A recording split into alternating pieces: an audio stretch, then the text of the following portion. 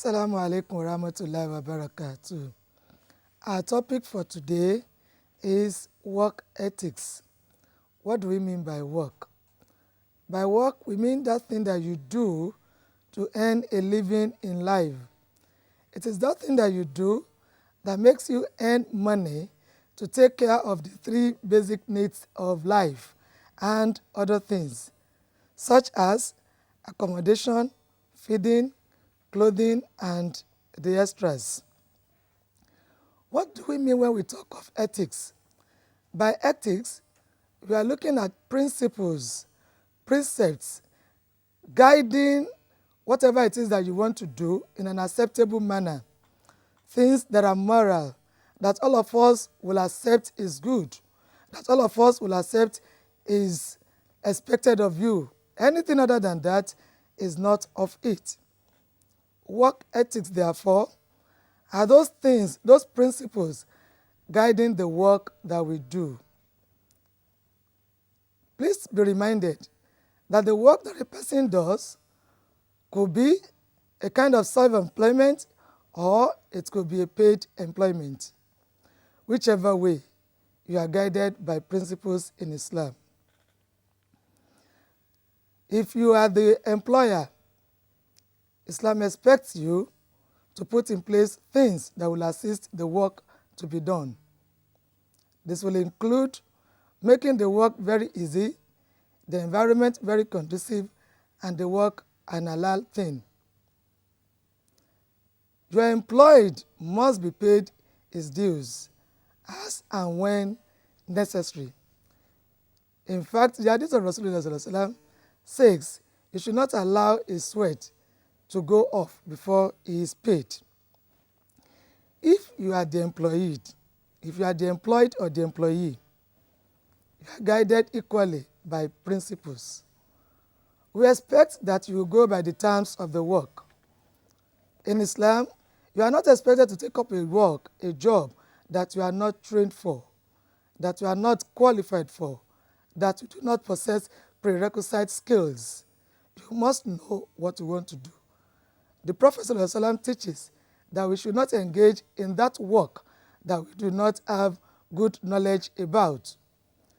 In Islam, like I said earlier on, you must be guided by the terms of the work. These terms must be clearly spelled out. In fact, they must be written. The longest verse of the Quran teaches that when you are involved in business transactions, all the terms guiding these transactions must be clearly written and witnessed. So it is even in the case of work. When this is done, we expect that whatever terms are to be entered into are terms that are fair, that are good, that are right, that are halal, that are acceptable, and that will be very easy for anybody to practice. If you have agreed and you have done all of this, we expect, like I said earlier on, that they are written and they are understood by both parties. Once this is done, we expect you to go by the terms. The terms of the work will include, for instance, what time you are expected to put into the work. What time are you expected to resume? What time are you expected to spend on the job? And what time do we expect you to close? It behoves you as a worker, therefore, to ensure that whatever time you have agreed with your employer is the time of resumption is the time you come to the office. Barring all problems, we expect that you will have taken all of the things necessary into consideration before you agree the timing. Thank God these days, there are varied working hours depending on the agreement between the employed and the employer.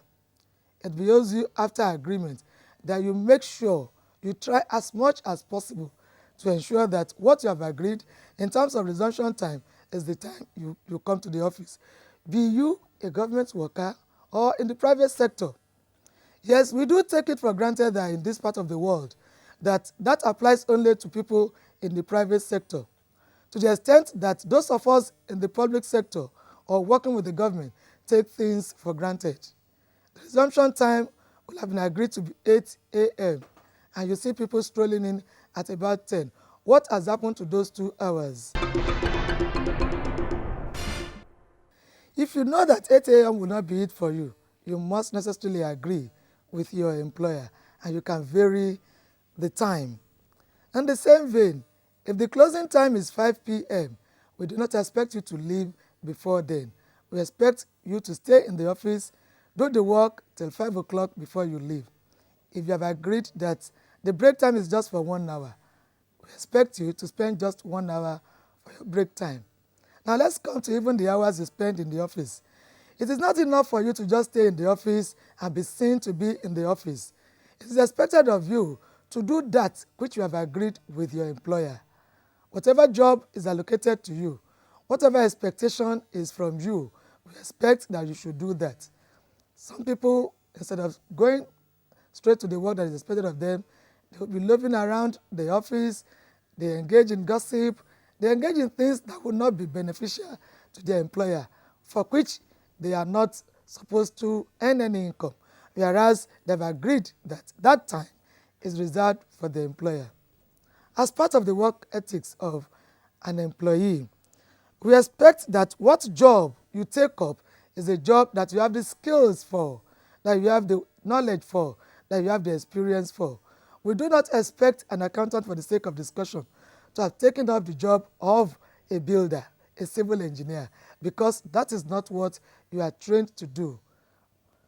We do not expect an engineer, for instance, to do the job of a teacher, because that is not what you are trained for. You come up with what you have acquired skills, knowledge, experience, and exposure to come and do. And we expect you to put all of this into practice when you get to your workplace. As part of work ethics, we do not expect a worker to come to the office, pretend to be in the office, but be engaged in some other things, perhaps selfish work. For the sake of discussion, we don't have professionals who perhaps are expected to work for their employers. They get to the office and they get engaged in PP, what they call private practice. It is against the work ethics for you to do such.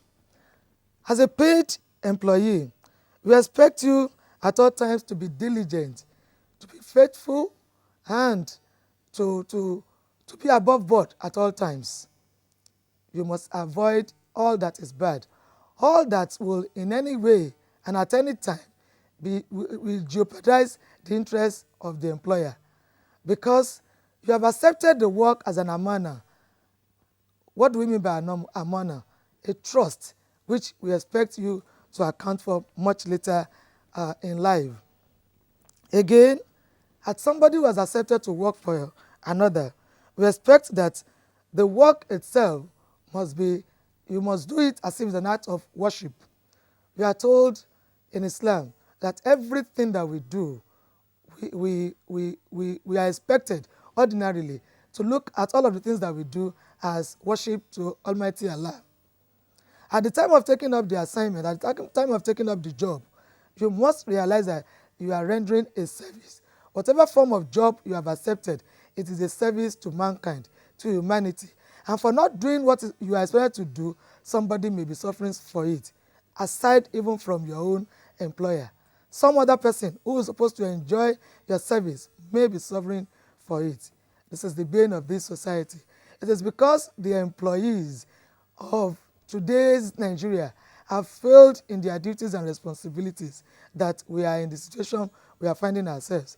Everybody is a failure as far as the work is concerned. And at the end of it all, Nigeria as a nation is a failure. To the employer, like I said earlier on, we expect that as part of the work ethics, you give that job to somebody who is trained for the job. No favoritism. No eye service. And when somebody is due for promotion, please, so let it be. If somebody is not due for promotion, so let it be. Let there be reward even for hard work. Let there be reward for honesty. Let there be reward for faithfulness. As an employer, you must be fair even to your employee. The job that you are asking somebody to come and do must be a job that is halal, that is good, that is fair, that is legal. It is not enough that somebody has been employed by you to come and do something that is wrong. It is not enough for you because you are saying, I'm paying. After all, he who pays the piper dictates the tune. The tune that must be dictated by you as an employer must be the right tune, the halal tune, the one that is acceptable before Almighty Allah. The work itself must be something that everybody must be free to talk about, to discuss, and to do. The work environment must be made to be very, very conducive. And the pay must be commensurate with whatever it is you are asking the person to come and do. You should not renege on your terms of agreement. If there are situations that will make you do otherwise, it is good that you carry your employee along with you. The work ethics require that as an employer, you should do all that is right, just, good, and halal at all times. To those of us whom services are being rendered, we equally have a role to play in this work ethics. If you are a customer, we expect you to respect the agreement even between you and your supplier or the person that is rendering the service to you. It is known, there is no hiding about the fact that some customers go behind to connive and collude with workers to the detriment of the overall owner of the business. This we should not do. Whether the owner is a corporate body, an individual, or even people in partnership, at all times we must respect agreements, even as a customer, as a consumer, as somebody that is being rendered service to. You must be ready to ensure that you do all that will be in the interest of the person that is the owner of the business, the worker, and yourself as a service receiver. Above it all, we must recognize that all of us have a role to play in work ethics. Unless we make the ethics to work for us, we will be the bad for it. For all of us to gain in whatever work we are engaged in this world and in the hereafter, for us to benefit from whatever it is that we are paying or receiving, or the service that we are consuming, or the good that we are consuming, we must ensure that we all work hard, work hand in hand for the good of the nation by ensuring that at our own end, on my own part, I make sure that work ethics, those ethics that are acceptable to us, those principles that are acceptable to society, that are morally right, that are legal, that are fair, that are good, that are halal, that are acceptable, are at all times observed, so that we will have our cause to glorify Allah for whatever benefits come to us as a result of engagement in whatever activity. ربنا آتنا في الدنيا حسنة وفي الآخرة حسنة وقنا عذاب النار. سبحان ربك رب العزة عما يصفون